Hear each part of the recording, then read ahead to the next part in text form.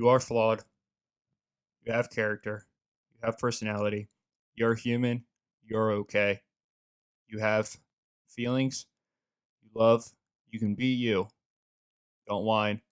Don't be critical to yourself. Be honest. Be faithful. Be you. Let's take a quick moment out of the beginning of our podcast to just take a moment of silence for the event that happened 18 years ago on this day, 9/11, 2001.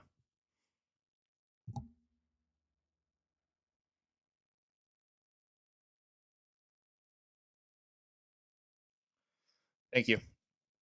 I seriously wanted to do that. Um, 18 years ago today, the towers fell. People died in America. And it's not just an American tragedy, that is a human tragedy. It's not just an American tragedy, that is a human tragedy. There's conspiracy theories, there's many theories out there that people throw around. There's many things that people throw around, different uh, reasons why people deny it or whatever it is. Whatever it is, it doesn't matter. I don't care if you think it's conspiracy theory. I don't care if you think it happened. I don't care where you stand. I won't argue with you. But what I will say is that thousands of people died. Thousands of Americans died. A thousand humans died. And that is the most tragic part. And the second most tragic part, not even second, not ranking it chronologically, but the other tragic part is that people went there. People went out of the way. People from where I live, firefighters went up there. And they put their life in danger to save another person that they don't even know. People that they don't even know. People that they would never see again. Pulling babies, pulling bodies out of rubble, pulling animals out of rubble. These people live today. They have PTSD. They struggle every day. I've spoke to a few of them. I've met a few of them through my parents.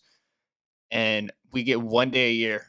We get one fucking day a year to look at them and say thank you for everything you do. Tragedy struck us 18 years ago. And all I have to say is that we have to take the time just to say thank you and just to count our blessings. Every day we wake up. Life, we're not going to get out of this thing alive, and there's pure evil in the world. Look, if you believe in conspiracy theory, then it's just as evil that our own country did that shit to us. But if you don't believe in conspiracies, it's just as evil that another radical group of people commit a crime so grisly like. Either way, it's hate on both sides of the fucking pendulum. And I don't care if you're an American. I don't care if you're a Middle Eastern. I don't care if you're an Asian. I don't care if you're an African. I don't care what the hell you are. You're human. You're human. We're descendants from great apes. We are a higher intelligent life form. Correct or incorrect? We know evolution. We're a species that is part of evolution, and we are intelligent enough to realize what evolution is. We're an intelligent group of people. We're intelligent species. But shit like this happens every day. And will it ever stop? I don't think so. I don't think it will ever stop. I don't think any organism is designed to stop killing. But what we can do is when shit does happen, we can be authentic. We can apologize. We can love each other. We can take care of each other. We can hold each other's hand. We can drop all the bullshit society goddamn nonsense going on. Fucking bullshit every day that you hear on the stupid news. You drop that shit immediately. Get that shit out of here. It's some bullshit that people talk about. I see on the news all the time. Oh, Donald Trump fired him, or he said this, or you know what? Fuck all of that. Fuck Donald Trump. Why do you care so much? There's real tragedy going on in the world. Your life is falling apart, and you're gonna go and talk about a grown man. I get it. He's our president. I get it. I understand. But you probably have a kid to go home to and a wife that is always concerned because you're not there. It was an attack on America. I get it. I understand, but it was an attack on humans, our species. We kill each other over imaginations. We slaughter each other. We remove people's limbs from their bodies. We castrate human beings. We rape everything and anyone. We burn villages. We impregnate our kinship. We're grisly like creatures, man. And we can't deny that. But what we can do is to work better every day to keep that shit to a minimum. What we can also stop doing is stop going after everything when it's just a slight default.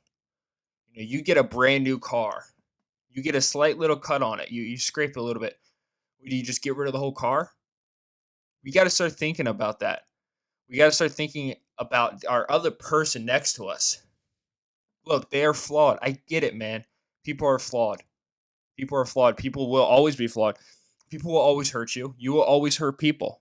It goes on both sides of the court. But guess what? Guess what? Just like with that car, you would still drive that new BMW if you get a little scrape on it. You can't give up on somebody because they say one or two things to you that hurt you. There's two options. You either forgive them or you don't. And if you don't forgive them, then you just don't interact with them because it's not fair to the other person. It's also not fair to yourself. Or you apologize and you forgive them and you're sincere about it and you don't hold a grudge. If you're going to break up with somebody, break up with them. Tell them. Let them know. Set them free. Set yourself free. There's so much virtue signaling going on. There's so much BS going on. Are you serious? I mean, I always find these days so interesting when 9/11 comes around. Do I have direct ties to 9/11? Absolutely not. I don't. I convince myself that I remember it. I do. I'm 23 years old. It happened when I was 5 years old. I'm 23 now. I was born in 96. I convinced myself I saw it. I don't know if I did, or if I convinced myself that I remember it. The image I have in my head is I remember being in preschool, which would have been just around that time, or as daycare, and I remember my mom coming in fully clothed in her police gear, just panicking. First time I ever saw someone's face that looked like a ghost. And this could be a dream. I could have made this up. But guess what? This is probably what it was. And I remember her grabbing me at the daycare, at the preschool, and just ripping me out of the person's arms and taking me home. In the split second, I remember this like it was yesterday. There was no protection. There was no protection. Your mom and your dad was no longer your protector. It was an outer body experience. I looked around. No one's protecting us. We thought the world was coming to an end.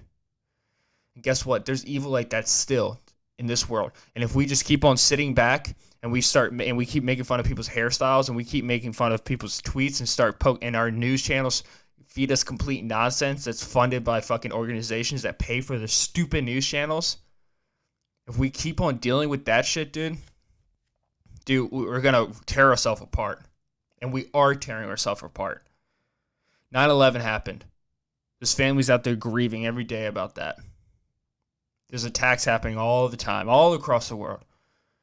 Turn on world news, you'll see it all the time. It's happening every single freaking day, bro.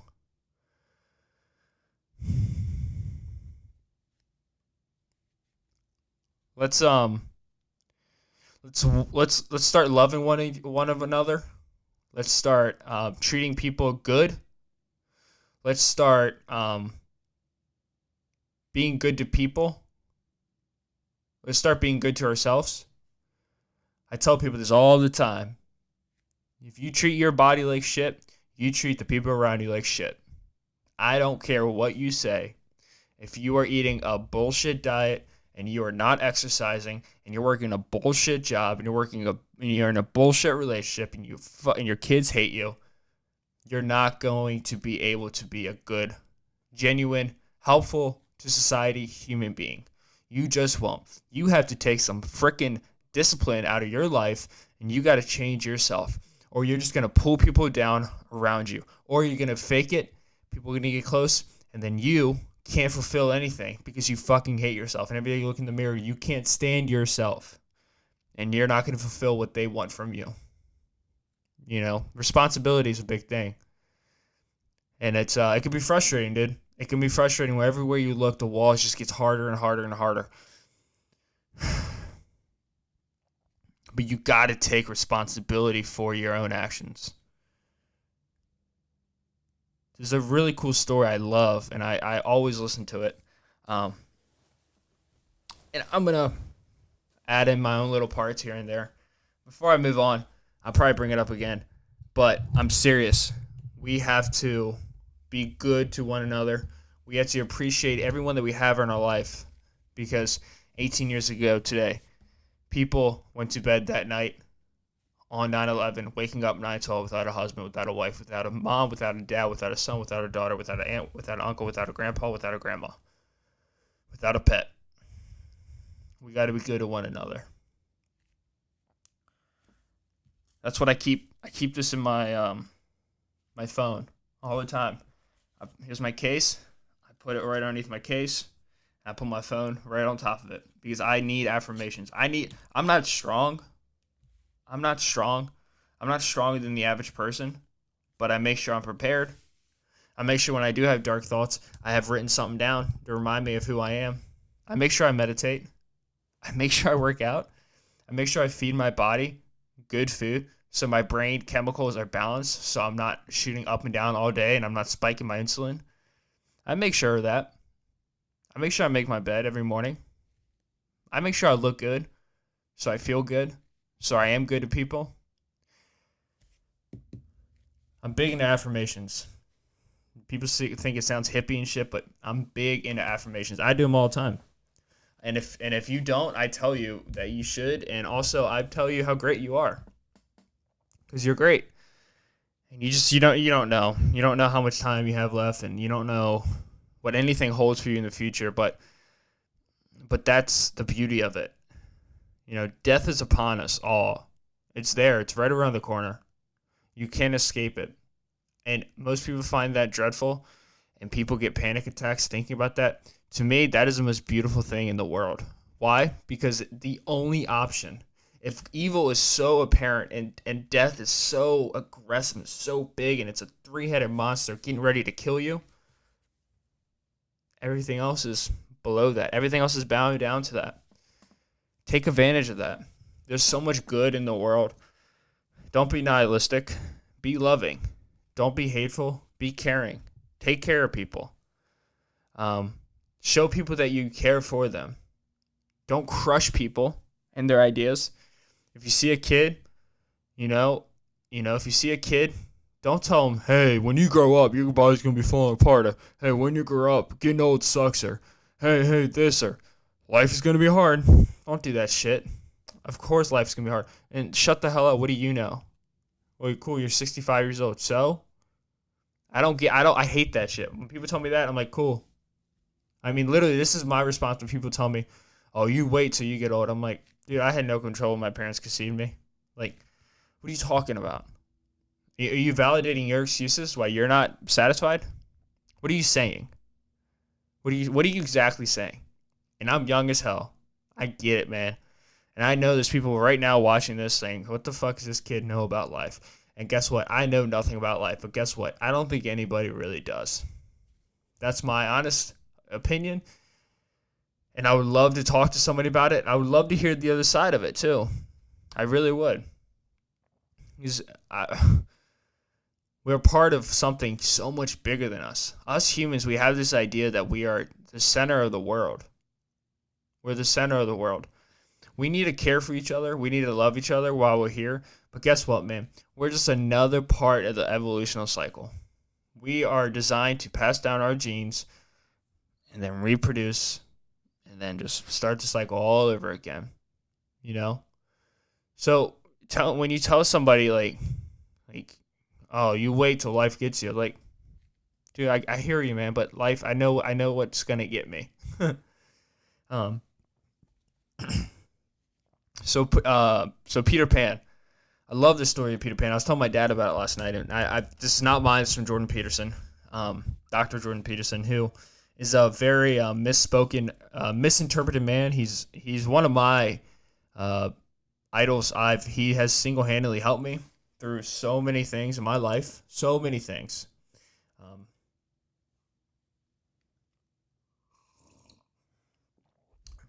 by the way, Merry Bright, getting ready for Christmas. I think that's what this stands for. There's a few things that have really helped me grow within the past year. Um, the first one is isolation. Saved me. It saved me. Um, stripping back my ego has saved me. Reflecting has helped me. Therapy has helped me. Being told my flaws has helped me. Finding what excites me and making time for myself has saved me. There's a few things that I've really, really turned to, and one of them is Dr. Jordan Peterson, and he's misinterpreted. Canada was passing a law where you were going to get fined if you call somebody by the wrong pronoun, which I think is complete bullshit, right? I mean, it's complete bullshit. You mistakenly call someone, "Hey, dude," and they're a girl, or "Hey, what's up, man?" and it's a girl. I was a server for so long.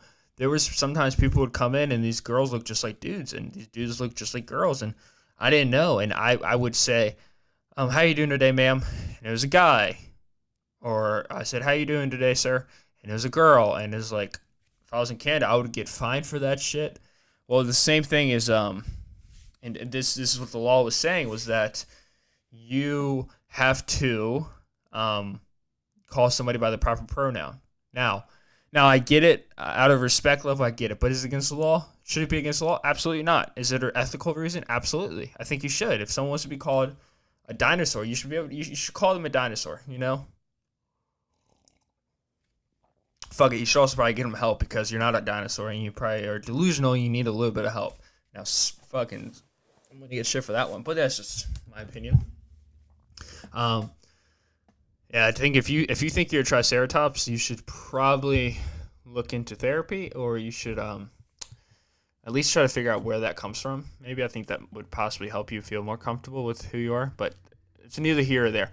But what was important about Dr. Jordan Peterson? He came out and he said, no, you can't do that. That's by you trying to expand the virtue calling and the politically right thing to do by calling someone a czar or a zur if they want to be that. You are stepping all over my freedom of speech, right? And it's true. You can't go to jail if you use racial slurs to somebody. You can't. You can get civil cases, you can get defamation, but you can't go to prison for that. And I'm not saying you're a good person if you do that. You're a piece of shit if you do that, if you call someone by a racial slur. But guess what? That is still freedom of speech. And guess what? That person is still a fucking asshole. And what makes me feel worse is that they have to go to bed like that. And that everybody in their life hates them. And that they hate themselves. And that their family doesn't talk to them. But that's basically how Dr. Jordan Peterson got he went on Joe Rogan's podcast, I think 4 times. And each time he goes on there, he just kept becoming more popular. He kind of like developed his figurehead of being like a white supremacist. But he's not, dude. He's fucking not. Like he's a supporter for men. He supports men. And that is something that people hate. He supports men. And I've had this debate with people, and I've talked to people very kindly before, and then it turned into a debate because guess what? Men make up a lot of the world. So if you just suppress them all and you get rid of them all and you fucking you take away what it means to be a man, guess what? You're going to have a falling apart world. Because just as women hold together the world, men do the same damn thing. You know what? Men are biologically more aggressive. Men are biologically more sexually active. Guess what? That's just the truth, and that is the biology. That is this hardcore facts and science developed by geniuses of both races, both sexes, of all races and all ethnic groups. And people hated that he was supporting men. You know what? Men need men to support them because they will be real men. They won't be going out and committing adultery. They won't be going out and hurting other women if they can actually figure out what it means to be a man. If they actually have a father figure, if somebody in their life say, no, you are fucking up. You take responsibility for that shit right now, buddy. That doesn't exist because by doing that, that's aggressive and you can't do that. It works for girls. Dude, growing up, my dad never yelled at my sister. She didn't handle it well. I'm not making a differences between girls and guys, but what I am saying is, at least my experience, you yelled at my sister, you were not going to get anything. You were not going to get a better attitude. You're not going to get a worse attitude. You would just get a fucking standstill. You yell at me, I'll hate you, but I'll come around. I'll figure it out.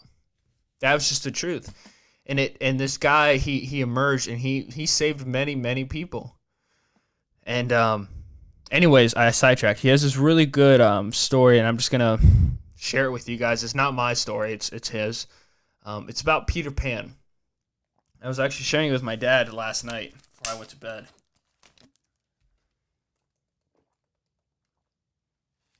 Almost got my dad on the podcast too. He will be coming on very shortly. Peter Pan. Let me get this mic a little bit farther from my face. Maybe. There we go. Should be a little bit better. We'll see. Hopefully it doesn't fall. Peter Pan was it's basically a story good versus evil. But the way he breaks it down, it's not. I mean, it is, but it's also about the maturation of a boy. Peter Pan was a little green, I guess, male fairy. I don't know what that was. That a wizard? I don't know what the male equivalent is of a fairy, but that's what he was. He was a little boy. He was immature. He didn't know when to separate playtime versus serious time. He didn't want to take responsibility. He was always laughing and playing with the quote-unquote Lost Boys. And he was just, he was a king of the Lost Boys, right? He was a king of the Lost Boys. And he always wanted to just not have responsibilities. He just wanted to do nothing. At the beginning of it, he has a girlfriend who is, I think, Wendy. And she is I think that was her name. She's a good person. Right, she lives in a little loft in London. She likes Peter. You know, she has a job, and it's so crazy because in the animation, the original one, it's actually a different look. Like Peter Pan is animated, which gives you off like a younger feeling, a younger vibe to him. And she wasn't. I don't think she was. She was animated, but she had harder lines. She wasn't as like fluffy, I guess. Quote unquote, not like the literal mean, but like the emotional feeling you get out of Fluffy. Peter was that, she wasn't that. And she wanted to go. I mean, I don't know where she wanted to go, but she just wanted to, move on with Peter. And he just was too young and dumb. He didn't want to do that. He didn't want to take responsibility for himself. He didn't want to take responsibility for his life. He was scared. No one ever taught him what it meant. No one ever taught him that the satisfaction you get when you build a relationship with somebody is far better than the satisfaction you get when you get a point with somebody. When you have sleep with somebody, that doesn't compare to the satisfaction you get when you could build something with somebody. That's beautiful. People love building shit. People love doing crafts because it challenges them and they get to see the end result. Building is always better than just being given and just winning without working. Yeah, and then so she leaves, and then this little fairy comes along who is Tinkerbell. And for lack of better terms, don't throw your stones at me, but Tinkerbell was basically just a girl who was easy to get. The girl who, yeah, maybe you wanted to have a relationship with, but you knew it wasn't going to work out long term. And there's nothing wrong with that. You do you. But she was just not as deep, at least in the Peter Pan version. She was, and there was even fairy dust, so she would like put on him like this cloud of sex and easiness, and I don't have to do work. For the guy, it's like I don't have to work. For Peter, it's like I don't have to try. I can just keep on living in my fantasy world. And so she literally throws this dust on him. He's able to fly. She makes him fly. She gives Peter his wings. No one's ever told Peter Pan what it means to be a man. So you take this person who has now diluted you and made you feel like a man. So now this is what it feels like to be a person, a grown-up. You've had fairy dust thrown on you, and there's this cute little fairy, and you guys fly away to Never Land. You fly away to Neverland. you never have to go back to the mainland and work because you're in this Neverland, this world where everything's given to you. You can fly, there's food, there's friends, there's just a Lost Boys where all these boys go that don't take responsibility for their life, don't take responsibility for themselves. They all go there. None of them work, and all of them are just lazy, and they don't want to build anything. They just want everything given to them. They don't have control of the impulses. They let the impulses take over their dopamine system, and they just act out on all of them. They don't have serious conversations with people. They don't try to find the meaning of anything. They're empty souls walking around. They are the Lost Boys of Neverland.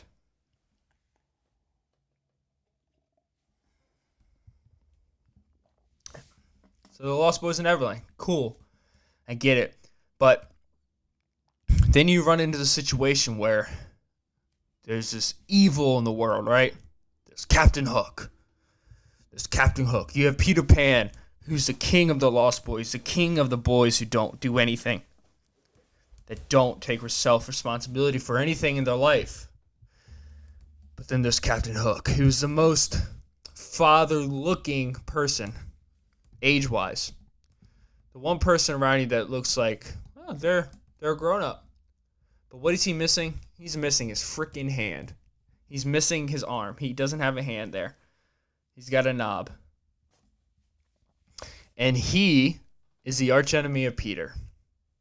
So you'd think a man versus Peter. That would symbolize trying to become less of a boy. But he's not just a regular man. He's missing an arm. He's missing a hand. He's got a hook. He looks grouchy. He doesn't look happy. He looks like life got the best of him. He's got a crocodile. The only thing that's attacking him is this crocodile. Right? Yeah, he can get away from it. He's got a boat. He can go on land. He can get away from this crocodile, but he can't. You know why? Because the crocodile, first of all, has his hand, so it's taking a piece of this man. It's taking literally a piece of his man. Also, what it has when he opens his mouth, it's a clock. He's got a clock. He's got time. He's taking Captain Hook's time. Right? So it symbolizes, this is what Jordan's talking about. It symbolizes, if you don't take self-responsibility, if you don't take your life seriously and you let it control you, it will take you. This crocodile represents life. He has time, and he also has a piece. So he's taking the two things that once are taken from you, you feel nothing. You start rolling out of whack. You fall apart. You explode. Shit goes everywhere. You can't find yourself. You can't get back on track. He's taking your time, which you cannot control anymore. You are 50, 60 years old. You're still talking about your high school days. You're still talking about what I could have been, what I should have been, how I was on the football team in high school, how I was on the baseball team, how you're still looking at 19, 20, 21-year-old girls as objects, not human beings. You have been taken, your mind has been corrupted. So you have this man who life, the crocodile symbolizes life, in Jordan Peterson's opinion, and I agree. Life has taken away this grown man's time. It's also taken this grown man's hand. So it's made the grown man, it's made the person vulnerable to the world. It can't defend itself anymore. So here you have a 55-year-old pirate that can't protect himself. And that's what happens if you don't take responsibility for anything. You can't protect yourself. The world has control of you. You don't have control of yourself. And as much as you want to think that you do, you have no control of yourself because you can't physically fight. You can't physically take care of yourself. And you can't emotionally control yourself because you don't have an internal clock anymore. So Peter comes up and his job is to fight this thing. His job is to fight Captain Hook. It's a little boy trying to fight a man. Both of them are little boys in Neverland. Think about that. Peter Pan, good TV show, good movie. I liked it. But it's about, at least in this viewpoint, it's about more than just a fairy and living happiness forever.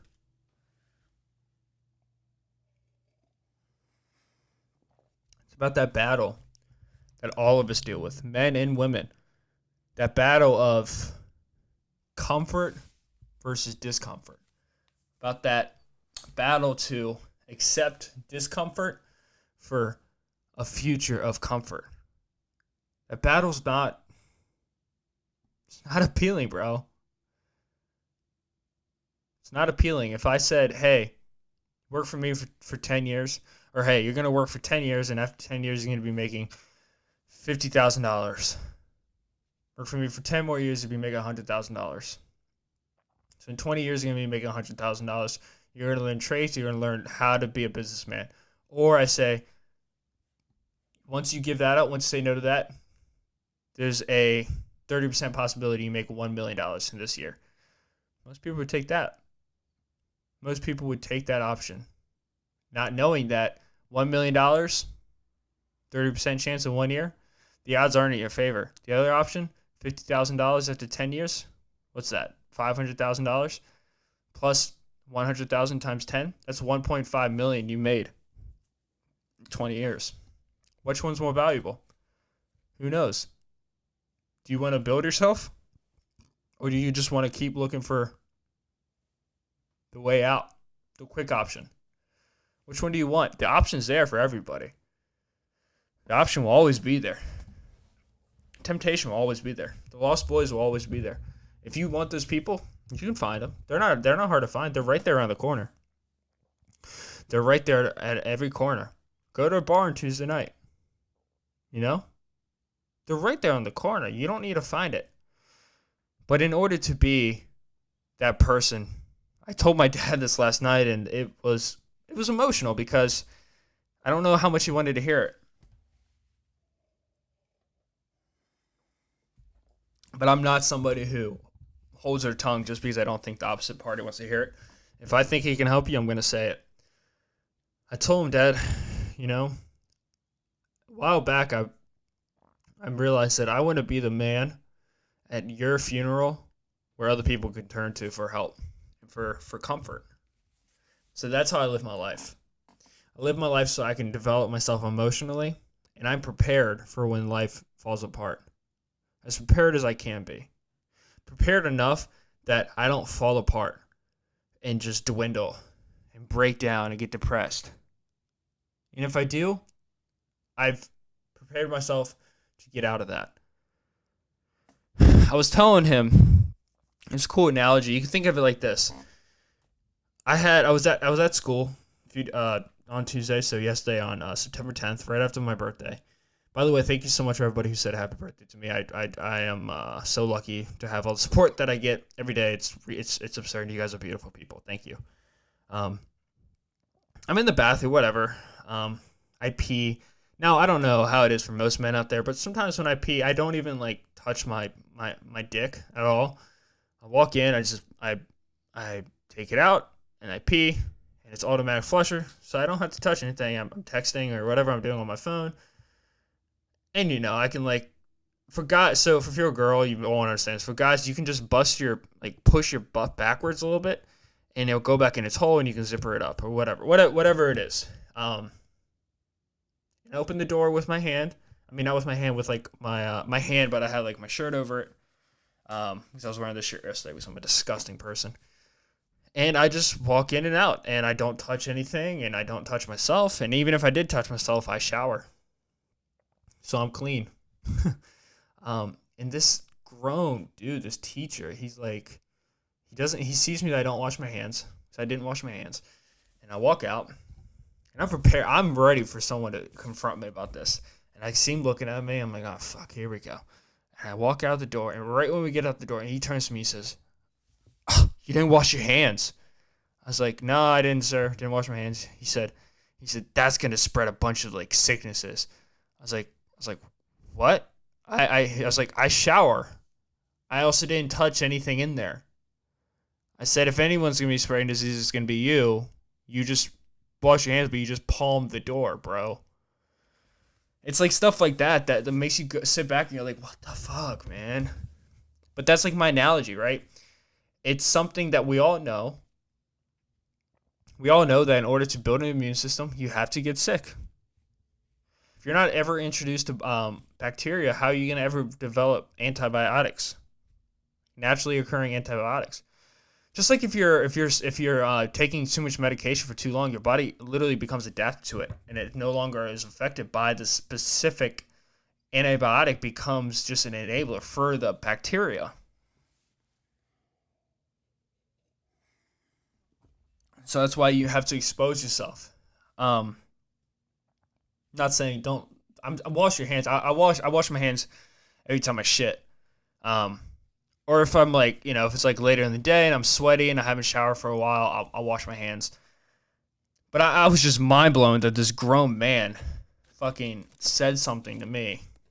What the hell are you doing? Shut up. Go back to your painting studio. Get out of the business building. Go back and paint, bro. What are you doing?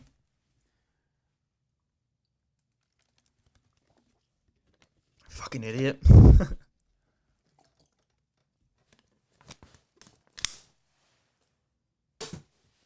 Not even close to my trash can. But so you have bacteria. And for anyone listening on audio, I'm basically just I'm going to make a circle and I'm going to expand it with my hands. So you have bacteria. And then you have your immune system, which in this picture is this right here. My immune system is just a circle. Kind of like a heart. For people on audio, it looks like a heart, but I just bring my fingers out. So you have a circle, right? This is your immune system. Now, in order for your immune system to expand, it needs to get stronger, right? The walls need to get thicker. The defense needs to become stronger. Now, how do you build up that defense mechanism? How do you build up the ability for your body to fight off more diseases? It has to be exposed to new diseases, to new sicknesses, to new bacteria, to new variations of bacteria, to new situations, new trials and tribulations. Things that you don't want, but you know you need. I don't want to go to school, but I know I needed to go to school. Things like that is when you really grow as a person. But in order to expand your immune system, to make it grow, you need to expose yourself to these things, these antibiotics. Guess what? Some of them are going to take you down. Some of them are going to make you sick. Some of them are going to make you throw up. Some of them make you lose weight. They're going to hurt you. But when you fight them off, you just develop this toughened shell, like a turtle shell. You get stronger, You become capable to fight off these diseases. And your body learns these certain activities and things to do to get rid of these diseases within your body. And you do this by exposing yourself to situations. You do this by exposing yourself to bacteria. And I look at it as the same way. Hence, I think you should. Getting sick is not the end of the world, especially nowadays where you can fix it. But getting sick will allow you to get less sick in the future. Also, change your fucking diet. Start exercising. Sleep consistently. You won't get sick as much. P.S. That's how you do it. I gave away the secret. But I look at it the same way as just living. This is your life. This is your comfort zone. This is your life. And then this is a fucking meteorite that will hit you eventually. Boom. Boom. Something will happen. And if you have never stepped outside of yourself and you've never expanded this little horizon, you're gonna fall under the pressure and you're gonna hurt. Your life is gonna fall apart right in front of you. That is the truth. That is what's going to happen. So in order to expand that, in order to protect yourself, in order for you to become a stronger individual, to be more capable of taking care of yourself and a byproduct of that is taking care of people around you, then you have to expose yourself to situations. You have to go out there and take on your fears. You have to go out there and take on your panic, take on your anxiety, and then that will expand you. You become hardened. You become capable. You develop new tactics to work through things. You develop more people who can help you get through things. You become more reliable as a human being. You become the person that people want to go to instead of the person that people used to want to run to. You become that person. And that right there, man, that is fucking beautiful. But that is only achieved in places of extreme discomfort. Extreme discomfort. If you don't experience the discomfort, dude, you're never going to experience any of that. Of any of the successes. And that's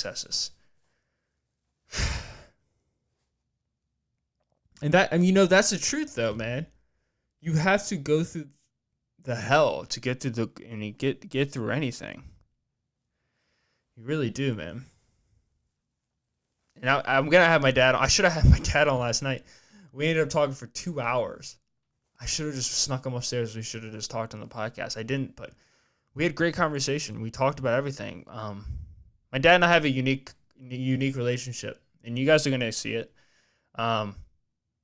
We are so different on so many things, but within that difference, there's one solid similarity, is that we have passion for what we believe in. So when we develop ideas and we develop passions, they're not just made up. They're real things. They're solidified. We believe in them, and we support them. Genius of a man. Growing up with two cops has taught me so much, and I've experienced this world as such a different viewpoint than I think most people have.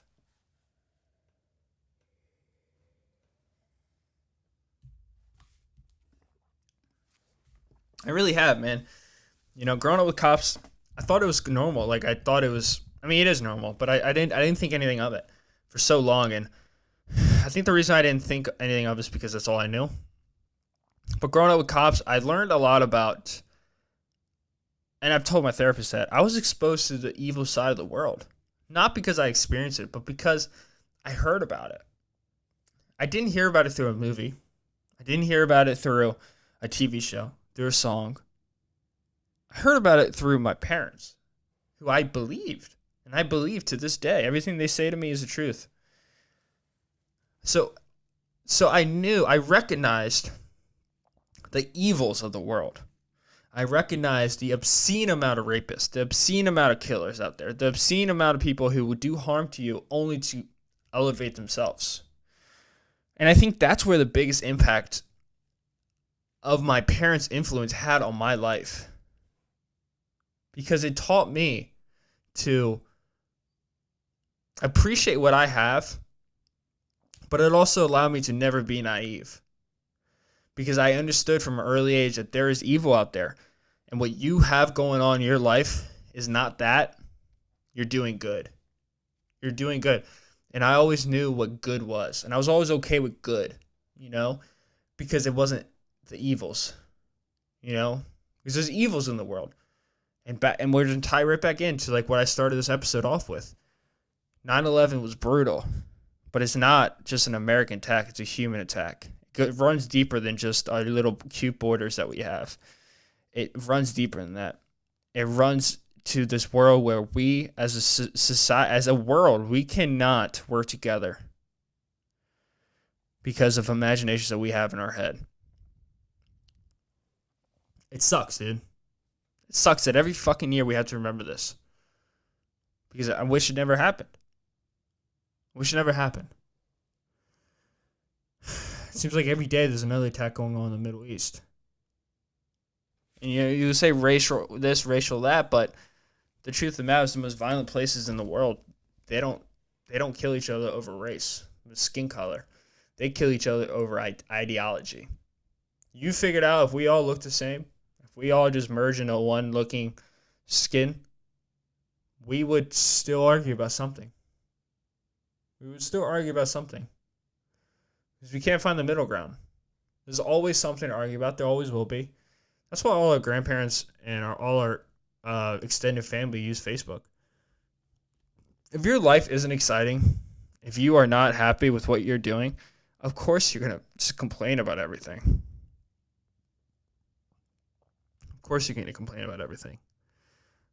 I'm going to go ahead and take 30 seconds out of this episode to just take a moment of silence for 9/11 real quick. One more, then I'll finish off the podcast, which is a quick little topic. that I want to just say. And then we will end this episode, and I will hopefully next time you guys see, I will have a guest on. But let's just take 30 seconds just to, whatever you want to do, pray. But just once again, remember those who lost their lives and saved and took care of thousands of people. And so let's live with that tragedy today in their brain every day they wake up.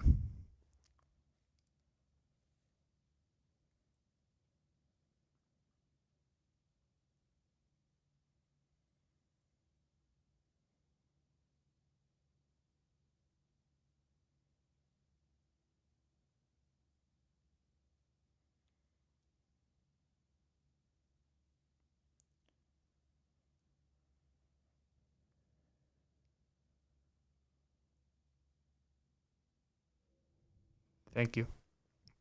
I truly appreciate that.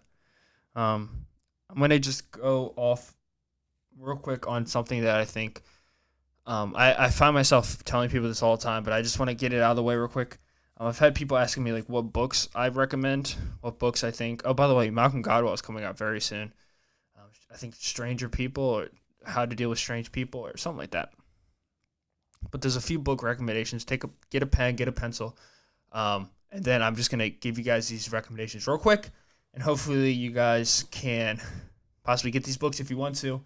But these are books that I think I'm gonna just explain them all and why I think that they are great books for you to get.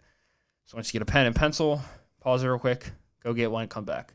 So, book number 1, Think and Grow Rich by Napoleon Hill. This book will allow you to find an intrinsic motivation for yourself and how to change your mind state to grow financially independent, but also to grow emotionally independent. Great book, easy read. You'll like it a lot.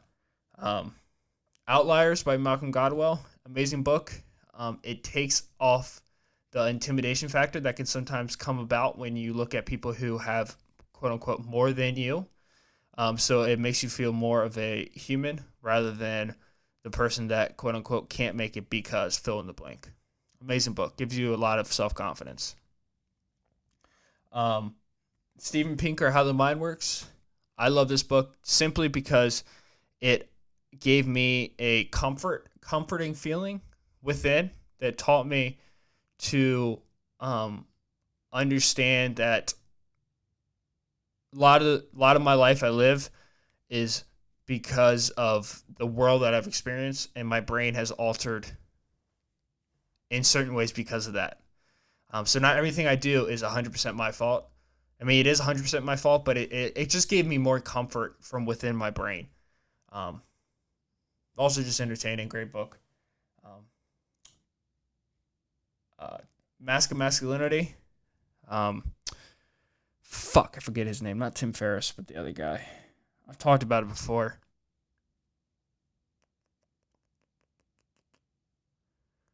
Just look up Mask of Masculinity. This book takes every mask that men wear, the mask of sex, the mask of financial freedom, the mask of women, anything that is a mask that you put over your head to hide yourself. I mean, not over your head, but over your personality, to portray yourself to the world as a different person because you can't stand yourself. Mask of a Comedian. This is the book that started everything for me. This book helped me tremendously. Behave by Robert Sapolsky. When it comes to like a mental book for help for yourself, depends if you like that stuff, if you just want to learn about the brain. But I found it super entertaining, but it also answered a lot of my questions I had about ADHD when I was diagnosed with that. It just gave me a lot of reasons for it, and it just validated a lot of my thoughts I had. And then 2 books that I'm going to tie in together. Sapiens, Yuval Noah Harari, and Homo Deus. These 2 books are just fucking brilliant, and they just allow your brain to just think in different ways. So literally you just grow, you connect different synapses in your brain, and I think you just become smarter. And becoming smarter is always a beautiful thing. 12 Rules of Life by Jordan Peterson. I mean, what is there to say about that book? It's fucking amazing. It's the best book. It's my top 3. I mean, my first one would probably be Think and Grow Rich, everybody's. Oh, and also How to Win Friends and Influence Others. That book teaches you how to just be a fucking human, like a good one. That book's up there too. All these books are great. Think and Grow Rich, How to Win Friends and Influence Others, Dr. Jordan Peterson, all his stuff. And then Elastic by Leonard Mlodinow. That book was good because it gave reasoning to what makes humans different and why we think on different levels, and just made me feel more confident about who I am. But that's going to be the end of the podcast, guys. Episode 23 is over. I did make an Instagram page. I don't know if you guys went there and check it out. It's called Michael Lab Show, and I just post only clips and only stuff from the podcast there. So it is a podcast page, so just look at Michael Lab Show. Please follow it for the latest updates, and that's up. You can follow me on my personal Instagram page, Micro Labs. Guest will be coming up. I'm going to get my dad on within the next 2 days. I'm going to try getting my mom on again. My dog's barking. She's ending the podcast for me. I'm going to get my mom on again. I'm going to try to get my dad and my mom on together. And I have one of my really, really close friends that I consider family, and a guy that will be at my wedding, probably by my side, a guy named Steven, and he will be on the podcast soon, and we're just going to talk about his life and our similarities and just stories. But I'm going to go ahead and end this podcast right here, guys. Episode 23 is over, and I thank everybody for showing love, and I will catch you guys on episode 24. Have a beautiful, beautiful week. Remember, guys, take a moment to thank someone who's a first responder. Thank your parents for being beautiful people. Thank yourself for being an amazing person and for caring about yourself. I'm going to go down there and keep my dog from being quiet. My dog, Riley, has Lyme disease, possibly, and we're working on that to get it fixed. Guys, thank you so much. I love every single one of you. Continue to support. You guys are beautiful people. Leave a rating, comment on all audio platforms, and please leave us subscribe, hit the notification bell, comment, like, and share the video on YouTube, guys. Thank you so much. Have a great one.